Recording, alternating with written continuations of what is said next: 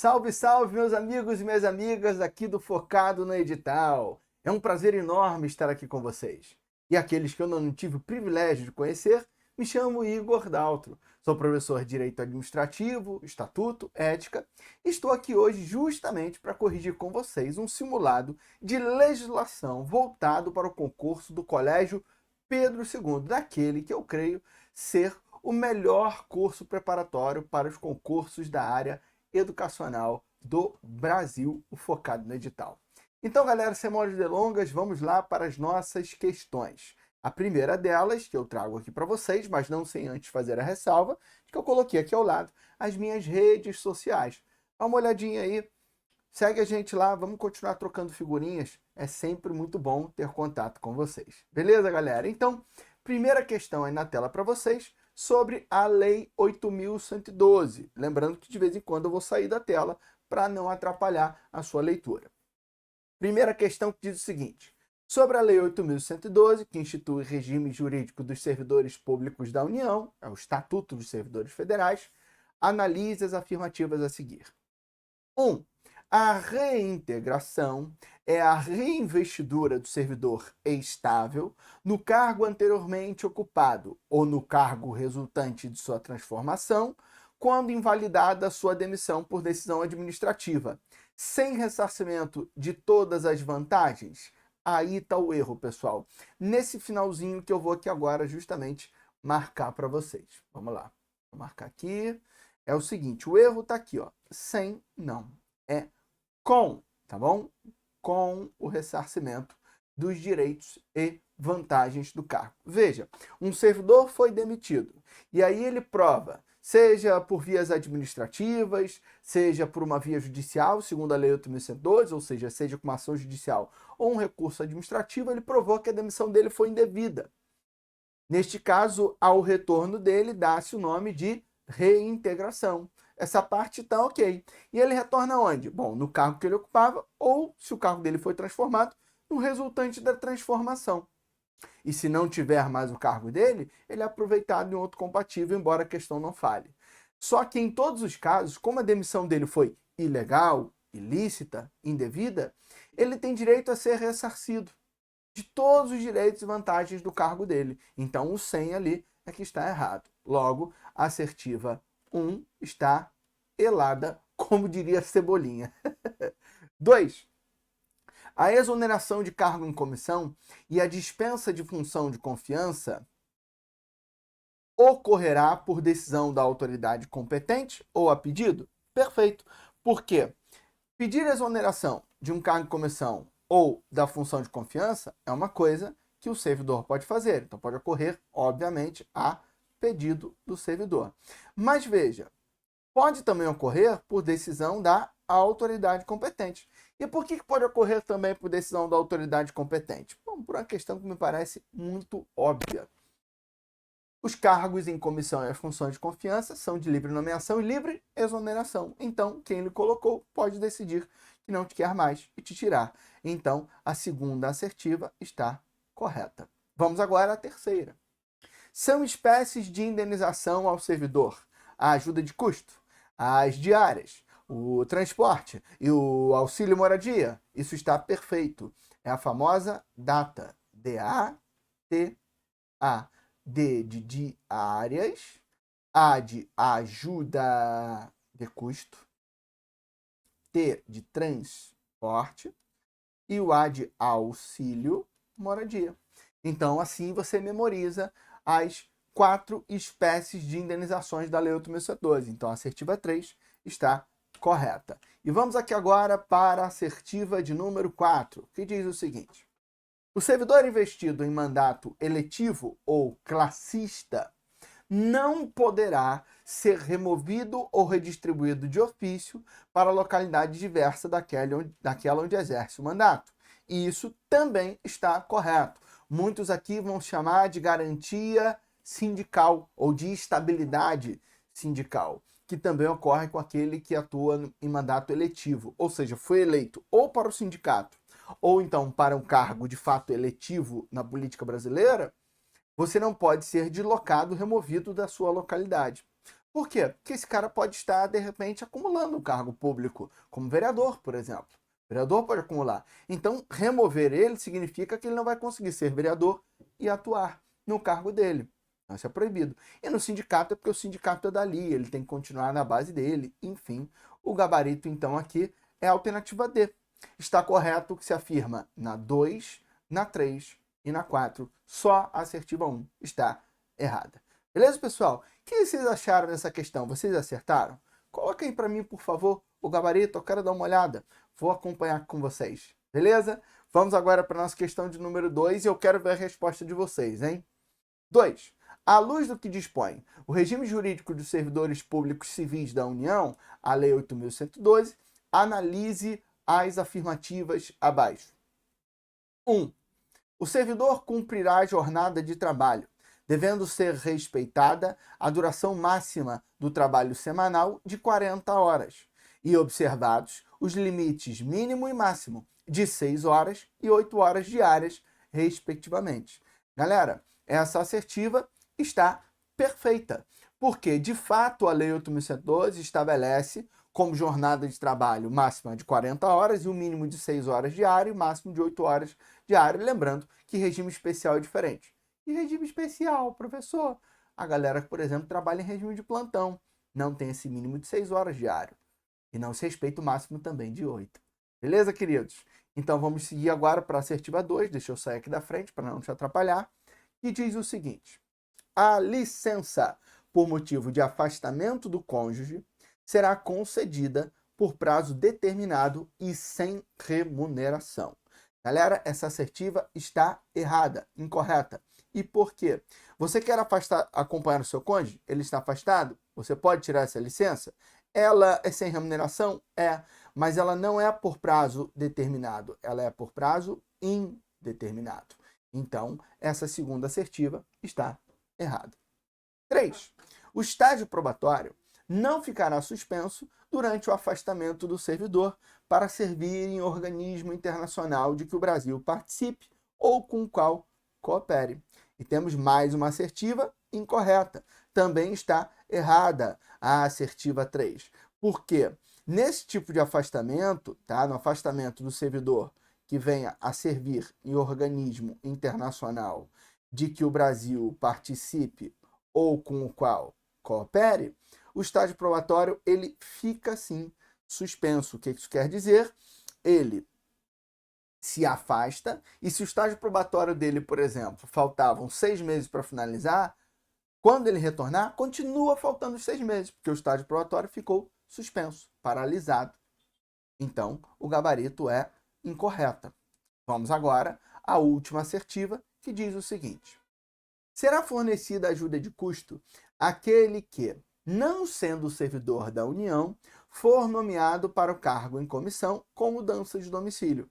Essa assertiva está correta. Ela é perfeita. A Lei 8.112 diz que, mesmo você não sendo já um servidor concursado, se você é convidado para um cargo em comissão onde você tem que se mudar da sua cidade, mudar de domicílio, será garantida a você um auxílio moradia. Aliás, desculpa, uma ajuda de custo para você se mudar para aquela localidade. Beleza, pessoal? Então, o gabarito aqui fica sendo o quê? 1 e 4, gabarito alternativa A. E eu vou agora para a questão de número 3. Vamos lá, pessoal. Terceira questão, última da Lei 8.112, que diz o seguinte: considerando que expressamente dispõe o regime jurídico dos servidores públicos civis da União, a Lei 8.112, analise as afirmativas abaixo. 1.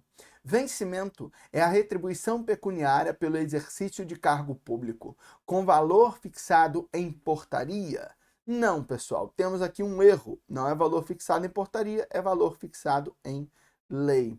As disposições sobre remuneração do servidor estão lá pelo artigo 40 da Lei 8.112. Não me recordo exatamente, mas tem uma seção ali que fala sobre remuneração. Você vai ver artigo 43, alguma coisa assim. Segunda assertiva, deixa eu sair aqui da frente para não atrapalhar. Reversão é uma das formas de provimento em cargos públicos. Galera, isso está absolutamente correto. De fato, a reversão é uma das formas de provimento de cargos públicos. Lembrando que as formas de provimento nos cargos públicos compõem o famoso arerê no pererê.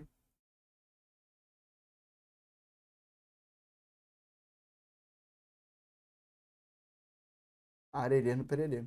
E o que é o arerê no pererê, pessoal? É o A de aproveitamento. Aí são 4 reis, né? Você bota na ordem que você quiser. Eu tenho uma habitual. Eu falo de readaptação. Eu falo de reversão.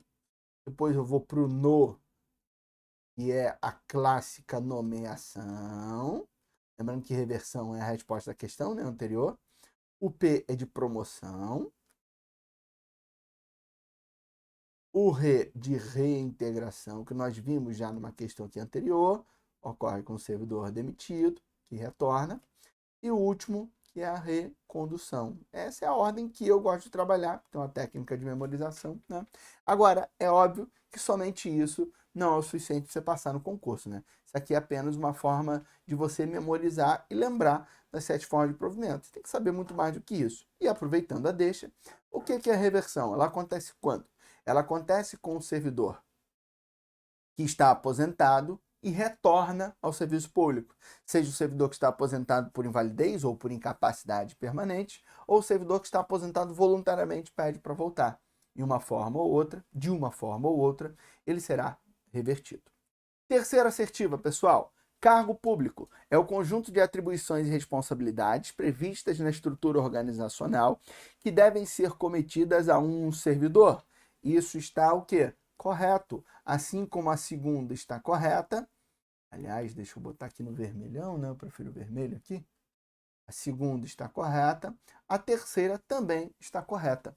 Esta, de fato, é a definição de cargo público. E agora, a última e quarta assertiva diz o seguinte: o plano de seguridade social do servidor prevê os benefícios que podem ser concedidos ao dependente, dentre os quais o salário família. Não, pessoal, não está o salário família entre aqueles que o dependente tem direito. Dependente tem direito à pensão, dependente tem direito ao auxílio reclusão, mas ele não tem direito ao salário família. O salário família, só quem tem direito é o segurado, o servidor. O dependente, não. O dependente tem direito à pensão se ele morrer. Ou auxílio reclusão se ele for preso. Tá bom? Então, pessoal, primeira e quarta, aliás, desculpa, tá certo. Primeira e quarta errada, segunda e terceira corretas, gabarito, alternativa A. E vamos agora para a questão de número 4, pessoal. Vamos lá. 4 diz o seguinte: a moralidade da administração não se limita à distinção entre o bem e o mal, devendo ser acrescida da ideia de que o fim é sempre o bem comum. O equilíbrio entre legalidade e a finalidade, na conduta do servidor público, é que poderá consolidar a moralidade do ato administrativo. Análise afirmativas abaixo. Galera, eu queria chamar a atenção de vocês para o final dessa questão. Quer ver? Olha aqui comigo. Ó. No final, ele diz assim, ó, são considerados deveres fundamentais do servidor, do servidor público comprometido com a ética, as afirmativas. Aí vamos lá. Então, a questão, ela não falou no enunciado, mas depois ela disse que ela quer o quê? Os deveres, né? Então vamos lá. Eu quero aquilo que é dever do servidor. Cuidado, que o código de ética ele traz deveres e proibições. Vamos lá. Assertiva 1. Permitir que perseguições, simpatias, antipatias, caprichos, paixões ou interesses de ordem pessoal interfiram no trato com o público, com os jurisdicionados administrativos ou com os colegas hierarquicamente superiores ou inferiores. Galera, isso é um dever do servidor? Permitir que tenha perseguição, antipatia, capricho, paixão? Não. Isso é uma proibição. Então, você já está vendo aqui, eu já te ajudei, o que essa questão tenta fazer. Essa questão tenta, na verdade, ela traz 6 incisos corretos, só que só alguns vão ser deveres, outros vão ser proibições. E proibição está errado, pessoal, porque eu quero só os deveres. As proibições, na verdade, elas existem, estão no Código de Ética, no Decreto 171/94, mas, contudo, entretanto, todavia, a questão pede os deveres. E não é dever do servidor permitir perseguições. É uma proibição, na verdade. Tá bom? 2. Resistir a todas as pressões de superiores e hierárquicos, de contratantes, interessados e outros, que visem obter quaisquer favores, benesses ou vantagens indevidas em decorrência de ações imorais, ilegais ou aéticas e denunciá-las. Galera, essa assertiva 2 está perfeita. Isso aqui, de fato, é um dever. Ele tem que resistir a esse tipo de pressão. Ele não tem que seguir. Ele tem que fazer o que a lei manda. Tá certo? Vamos à assertiva 3. Exercer com estrita moderação. Então, vamos lá. É dever do servidor exercer com estrita moderação as prerrogativas funcionais que lhes sejam atribuídas, abstendo-se de fazê-lo contrariamente aos legítimos interesses dos usuários do serviço público e dos jurisdicionados administrativos. Galera, isso aqui também está correto. É um dever do servidor. Então, 2 e 3 corretas. 4. É dever do servidor retardar qualquer prestação de contas? Não vou nem continuar. Não é dever do servidor retardar a prestação de contas. Pelo contrário, é dever dele prestar contas e jamais retardá-las. Então, 4, errado. 5. É dever do servidor pleitear, solicitar, provocar, sugerir ou receber qualquer tipo de ajuda financeira, gratificação, prêmio, comissão, doação ou vantagem de qualquer espécie, para si, familiares ou qualquer pessoa, para o cumprimento de sua função para influenciar outro servidor para o mesmo fim. Então, é dever do servidor propina ou é proibido ao servidor a propina? É proibido, logo, não é dever. E aí chegamos, então, ao último slide, sendo que, olhando aqui, eu já vi que 2 e 3 estão certas. Não tem nenhuma alternativa só com 2 e 3. Você tem essa aqui, a B, que é 2, 3 e 6, e essa aqui, que é 1, 2, 3 e 6. Sendo que 1 a gente sabe que está errado, então a gente já sabe que o gabarito é B de bola. Só que vamos lá. Vamos na 6? É dever do servidor abster-se de forma absoluta de exercer sua função, poder ou autoridade com finalidade estranha ao interesse público, mesmo que observando as formalidades legais e não cometendo qualquer violação expressa à lei. Isso é um dever do servidor? Perfeitamente. Isto é sim um dever do servidor. Beleza, meus queridos? Então temos aí o nosso gabarito. Mas agora eu quero brevemente aqui dar um recado para vocês. Você está gostando do simulado? Está curtindo? A gente aqui só vai fazer 8 questões, mas você sabia que no nosso curso de questões nós temos quase 600 questões corrigidas para o concurso do Colégio Pedro II? Questões só para o concurso do Colégio Pedro II, feitas somente para vocês. Acesse lá o site do Focado que você vai ter acesso a esse conteúdo, que você, quer dizer, vai ter acesso ao produto para você adquirir, né? Claro, você vai poder adquirir esse conteúdo para você, tá bom? E eu digo mais, tá? Já que a gente está falando de preparação, você vai fazer o concurso do Pedro II, né? Pois é. A prova, ela no dia 4 de fevereiro. 4 de fevereiro? Ela é 4 de fevereiro. A gente vai ter a nossa clássica imersão, que é uma mega revisão final no final de semana anterior, nos dias 26, 27 e 28 de janeiro. Cara, acessa lá o site do Focado para você dar uma olhada, beleza? E outra coisa, eu tô vendo as respostas aqui, hein? Vocês estão mandando bem. Parabéns, galera. Vamos seguir aqui com o nosso conteúdo. Vamos para a questão número 5, que diz o seguinte: a respeito de improbidade administrativa, assinale a alternativa correta. Isso é uma boa questão. A alternativa A diz o seguinte: o mero exercício da função ou desempenho de competências públicas, sem a comprovação de ato doloso com fim ilícito, afasta a responsabilidade por ato de improbidade administrativa. Já temos o nosso gabarito. A alternativa A está correta. Ué, professor, tá correto isso aí? Tá correto. Mas como assim? Tá falando que o mero exercício da função sem o ato doloso com fim ilícito afasta a responsabilidade por improbidade? E tá certo. Se você exerce uma função pública e você até praticou um ilícito, mas não ficou comprovado que, aliás, você praticou uma conduta que eventualmente causou um dano a alguém, mas não ficou comprovado que você agiu de maneira dolosa e que não violou necessariamente a lei, é óbvio que você está afastado da lei de improbidade, porque hoje a Lei 8429/92, que é a lei de improbidade, com as recentes alterações da Lei 14.230 de 2021, só admite ato de improbidade doloso. Então, se não ficar comprovado o seu dolo, não há que se falar em ato de improbidade. Logo, o gabarito é a alternativa A. Se não comprovou o dolo, de fato, afasta a responsabilidade por ato de improbidade. Beleza? Vamos lá agora para a nossa alternativa B, para entender o erro das demais. Vamos lá. Considera-se dolo a vontade livre e consciente de alcançar o resultado ilícito tipificado nos artigos 9º, 10 e 11 da Lei 8429/92, bastando somente a voluntariedade do agente. Galera, existem dois tipos de dolo. Isso é muito estudado no direito penal. O dolo direto e indireto, ou o dolo específico e o dolo eventual. O dolo direto é aquele que o cara tem a vontade, ou seja, ele voluntariamente faz aquilo, mas ele tem o desejo de produzir o resultado. É o cara que vê um desafeto avançando o sinal e fala assim, vou atropelar ele. Aliás, avançando não, atravessando, e ele avança o sinal com a intenção de matar aquela pessoa e mata.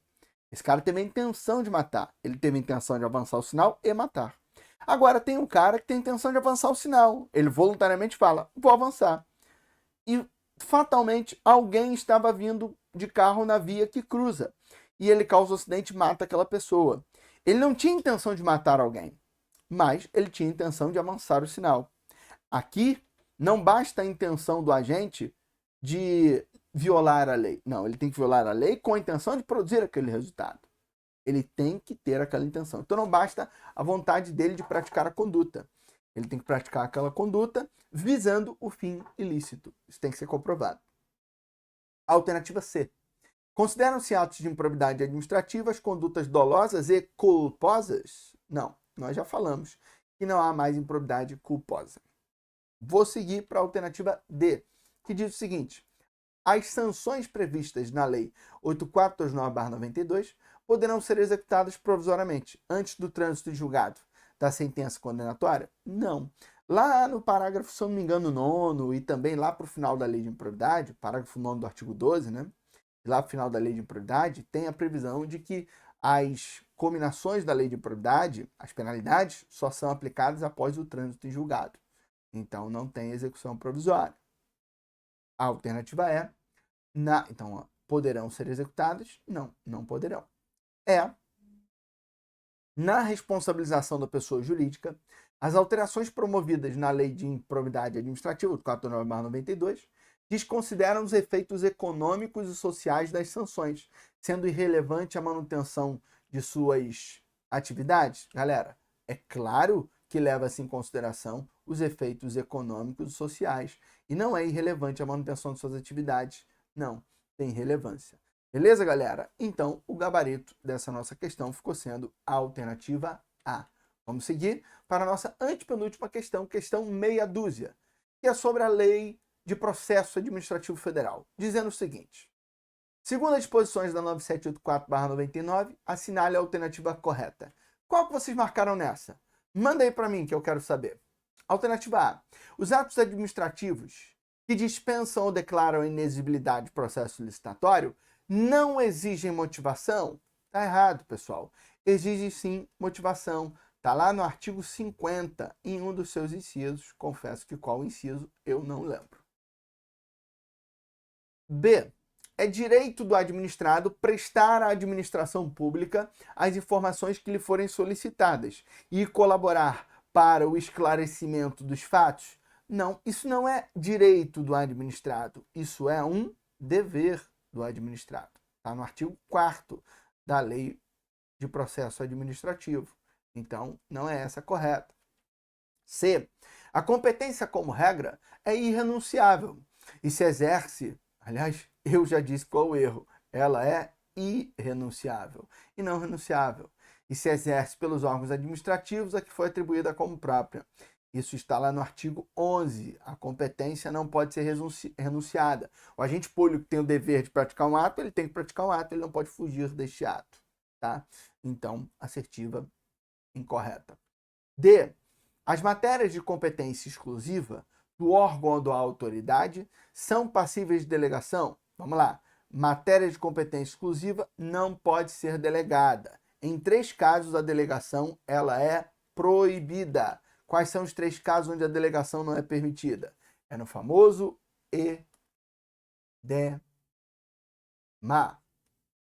edição de atos normativos,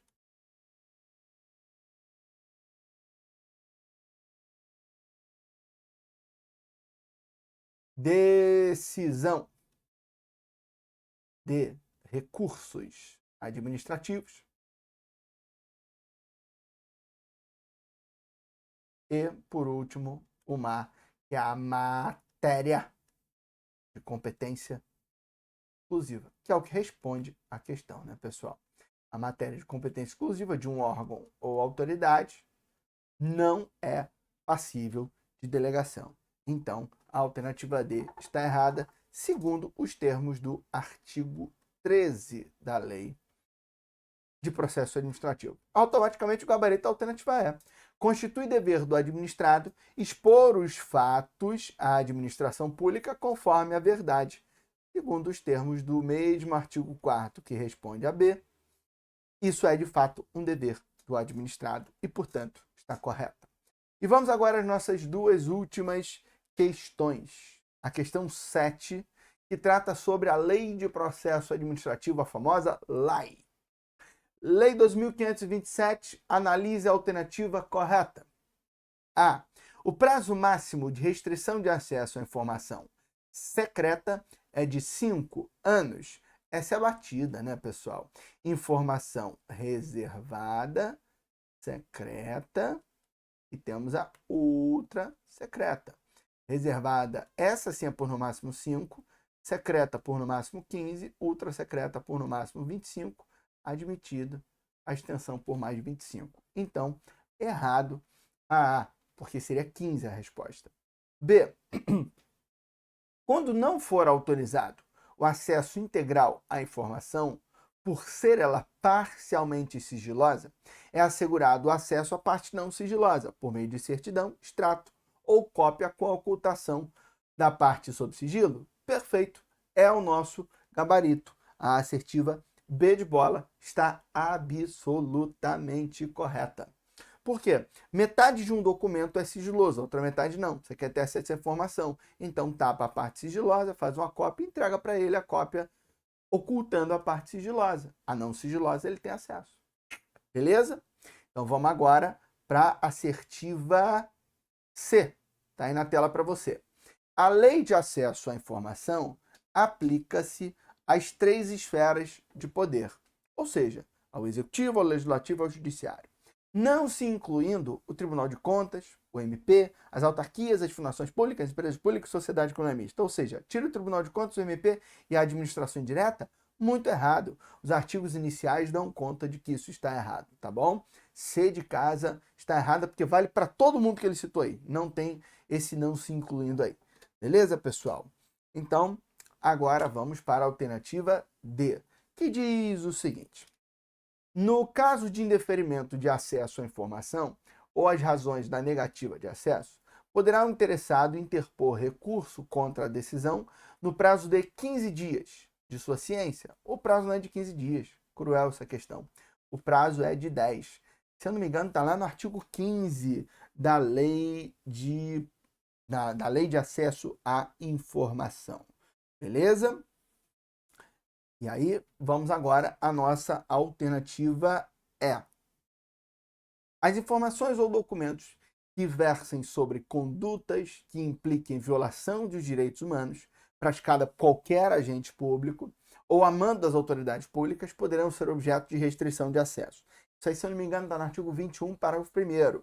Não poderão ser objeto de restrição de acesso e violar direitos humanos. Então, essa assertiva está errada. Beleza? Logo, o nosso gabarito ficou sendo a alternativa B. E antes da gente ir para a nossa última questão, eu queria fazer aqui uma pergunta para vocês. Vocês vão se preparar para o concurso da UF? Vão? Então vocês não podem perder o que o Focado está preparando. Pessoal, se vocês vão se preparar após a preparação do Pedro II para o concurso da UF, fiquem ligados às redes sociais do Focado, acessem o site do Focado e fiquem atentos às promoções, inclusive de Natal, que vocês terão acesso, serão garantidos a vocês. Não percam essa oportunidade. Eu repito, eu creio que o Focado no Edital é o melhor curso para a área de educação do Brasil. Oitava questão, vamos finalizar? Vocês marcaram o que nessa 8? Bota aí para mim que eu quero ver. Sobre a LGPD, Lei Geral de Proteção de Dados, a Lei 3.709 de 2018. Disse assim a questão. De acordo com a LGPD, o tratamento de dados pessoais somente poderá ser realizado nas seguintes hipóteses, exceto. Vamos lá. Então veja, o que a questão está pedindo? Quando ela coloca o exceto, eu quero saber o seguinte. Poderão ser realizados, né, o tratamento de dados, a não ser em uma das alternativas. Se houver o consentimento do titular, pode? Pode.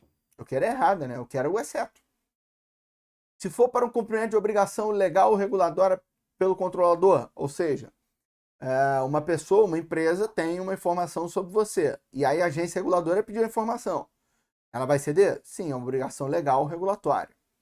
C. Para a proteção da vida da incolumidade física do titular ou de terceiros, ter acesso, por exemplo, a prontuário médico.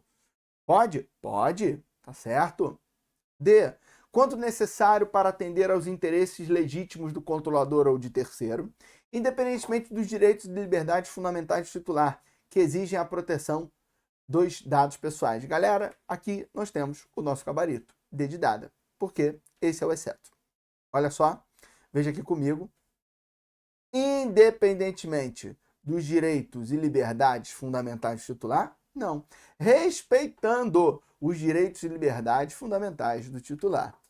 E aí, pessoal, a alternativa é para a proteção do crédito, inclusive quanto ao disposto na legislação pertinente. Isso também está correto. Para a proteção do crédito, sim, suas informações podem ser tratadas, seus dados podem ser tratados. Beleza, meus queridos? E eu fecho aqui com vocês esse excelente simulado voltado para o concurso do Colégio Pedro II. Eu espero, de alguma maneira, ter contribuído com o teu aprendizado, tua futura aprovação ou com o teu conhecimento como um todo e também com o seu conhecimento da plataforma do curso que é Focado no Edital. Então, ó, Igor Daltro fica por aqui. Eu desejo a todos vocês um Feliz Natal, um excelente 2024, um ano de muitas aprovações e muito sucesso para todos vocês. Muita saúde, fiquem com Deus e até uma próxima. Tchau, tchau.